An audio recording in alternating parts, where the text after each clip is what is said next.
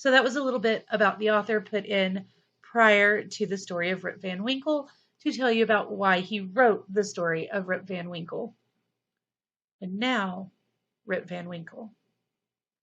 Whoever has made a voyage up the Hudson must remember the Catskill Mountains.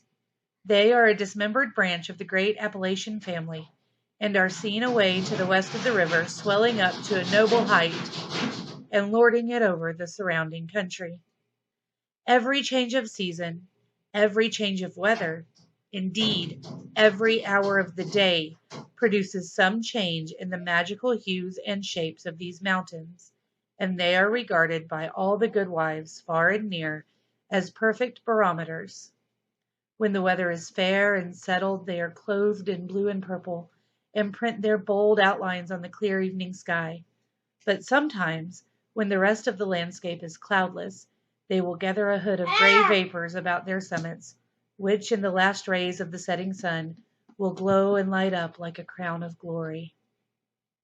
At the foot of these fiery mountains, the voyager may have descried the light smoke curling up from a village, whose shingled roofs gleam among the trees, just where the blue tints of the upland melt away into the fresh green of the nearer landscape.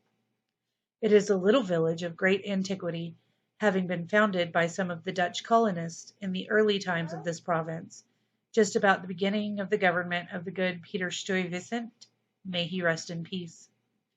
There were some of the houses of the original settlers standing within a few years, built of small yellow bricks brought from Holland, having lattice windows and gable fronts surmounted with weathercocks. In that same village, and in one of these very houses, which, to tell the precise truth, was sadly worn down and weather-beaten, there lived many years, while the country was yet a province of Great Britain, a simple, good-natured fellow by the name of Rip Van Winkle. He was a descendant of the Van Winkles who figured so gallantly in the chivalrous days of Peter Stuyvesant, and accompanied him into the siege of Fort Christina. He inherited, however, little of the martial character of his ancestors. I have observed that he was a simple, good-natured man. He was, moreover, a kind neighbor, and an obedient, hen-pecked husband. Indeed, to the latter circumstance might be owing the meekness of spirit which gained him such universal popularity. Those men who are apt to be obsequious and conciliating abroad, who are under the discipline of shrews at home, their tempers, doubtless, are rendered pliant and malleable in the fiery furnace of domestic tribulation, and a curtain lecture is worth all the sermons in the world for teaching the virtues of patience and long-suffering. A termagant wife may, therefore, in some respects, be considered a tolerable blessing, and if so, Rip Van Winkle was thrice blessed. All right, so all this is saying is that Rip's wife was kind of cranky, and she got onto him all the time because Rip Van Winkle was very laid back and very nice, and he didn't really like to do a whole lot of work. Certain it is that he was a great favorite among all the good wives of the village, who, as usual, with the amiable sex, meaning women, took his part in all family squabbles. It never failed, whenever they talked those matters over in their evening gossipings, to lay all the blame on Dame Van Winkle. So everybody in town said that his wife was just mean, and it wasn't his fault at all. The children of the village, too, would shout with joy whenever he approached. He assisted at their sports, he made their playthings, he taught them to fly kites and to shoot marbles, and told them long stories of ghosts and witches and Indians. Whenever he went dodging about the village, he was surrounded by a troop of them, hanging on his skirts, clambering on his back, and playing 1,000 tricks on him with impunity. Not a dog would bark at him throughout the neighborhood. The great error in Rip's composition was an insuperable aversion to all kinds of profitable labor, meaning that he didn't like to do any work that could be seen as work. He liked to play. He didn't want to do anything that could potentially make him money or clean the house or anything like that. He just couldn't get over this wanting to not do any of that. It could not be from the want of assiduity or perseverance. meaning that it's not because he didn't have the drive to accomplish things, because he could sit on a wet rock with a rod as long and heavy as a Tartar's lance, fish all day without a word, even though he should not be encouraged by a single nibble. He would carry a fowling piece on his shoulder for hours together, trudging through woods and swamps and up hills and down dale to shoot a few squirrels or wild pigeons. He would never refuse to assist a neighbor, even in the roughest toil, and was a foremost man at all country frolics for husking Indian corn or building stone fences. The women of the village, too, used to employ him to run their errands and do such little odd jobs as their less obliging husbands would not do for them. In a word, Rip was ready to attend to anybody's business but his own. But as to doing family duty and keeping his farm in order, he found it just impossible. In fact, he declared that it was of no use to work on his farm, because it was the most petulant little piece of ground in the whole country. Everything about it went wrong, and would go wrong, in spite of him. His fences were continually falling to pieces. His cows would either go astray or get among the cabbages. Weeds were sure to grow quicker in his fields than anywhere else. The rain always made a point of setting in just as he had some outdoor work to do, so that though his patrimonial estate had dwindled away under his management, acre by acre, until there was little more left than a mere patch of Indian corn and potatoes, it was the worst conditioned farm in the neighborhood. Patrimonial means that he inherited it from his father's side. And I want you to think about this.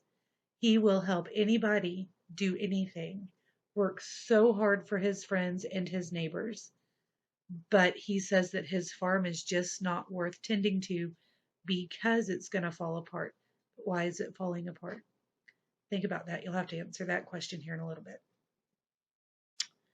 His children, too, were as ragged and wild as if they belonged to nobody. His son Rip, an urchin begotten in his own likeness, promised to inherit the habits with the old clothes of his father. He was generally seen trooping like a colt at his mother's heels, equipped in a pair of his father's cast-off galligaskins, which he had much ado to hold up with one hand, as a fine lady does her train in bad weather. Rip Van Winkle, however, was one of those happy mortals of foolish, well-oiled dispositions, who takes the world easy, eats white bread or brown, whichever can be got with the least thought or trouble, and would rather starve on a penny than work for a pound. If left to himself, he would have whistled life away in perfect contentment, but his wife kept continually dinning his ears about his idleness, his carelessness, and the ruin he was bringing on his family. Morning, noon, and night, her tongue was incessantly going, and everything he said or did was sure to produce a torrent of household eloquence. Rip had but one way of replying to all lectures of the kind, and that by frequent use had grown into a habit. He shrugged his shoulders, shook his head, cast up his eyes, and said nothing. This, however, always provoked a fresh volley from his wife, so that he was fain to draw off his forces and take to the outside of the house, the only side which, in truth, belongs to a henpecked husband. Rip's sole domestic adherent was his dog, Wolf, who was as much henpecked as his master, for Dame Van Winkle regarded them as companions in idleness, and looked upon Wolf with an evil eye as the cause of his master's going so often astray. True it is, in all points of spirit befitting an honorable dog, he was as courageous an animal as ever scoured the woods.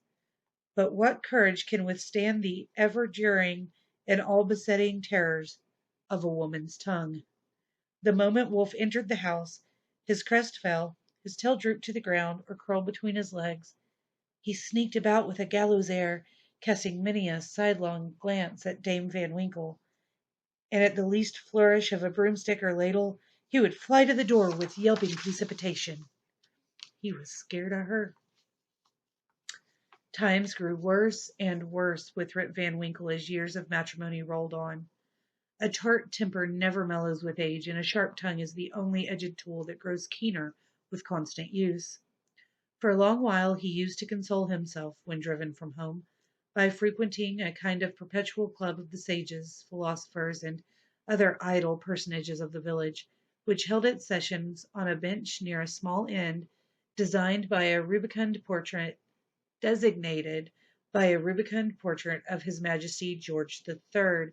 It means that this little inn, this little hotel, had a picture of King George III. King George III was the king who was in charge of Great Britain and, by extension, the American colonies during the time of the Revolutionary War when America broke apart from Great Britain. Here they used to sit in the shade through a long lazy summer's day, talking listlessly over village gossip, or telling endless sleepy stories about nothing.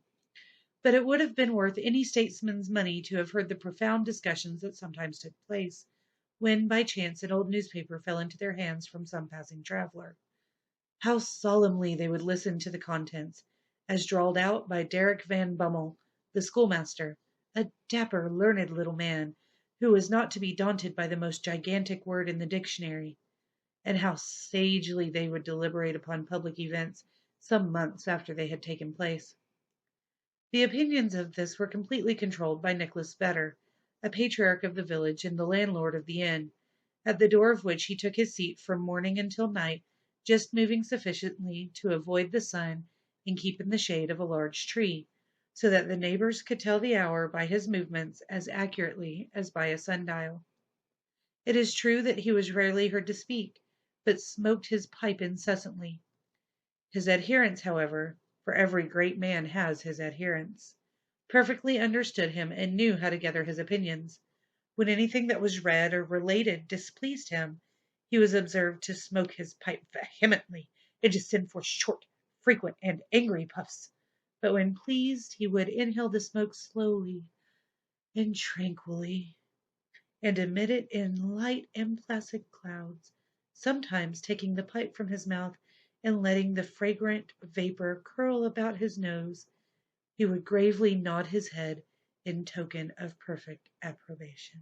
From even this stronghold, the unlucky Rip was at length routed by his termagant wife, who would suddenly break in upon the tranquillity of the assemblage and call the members all to naught.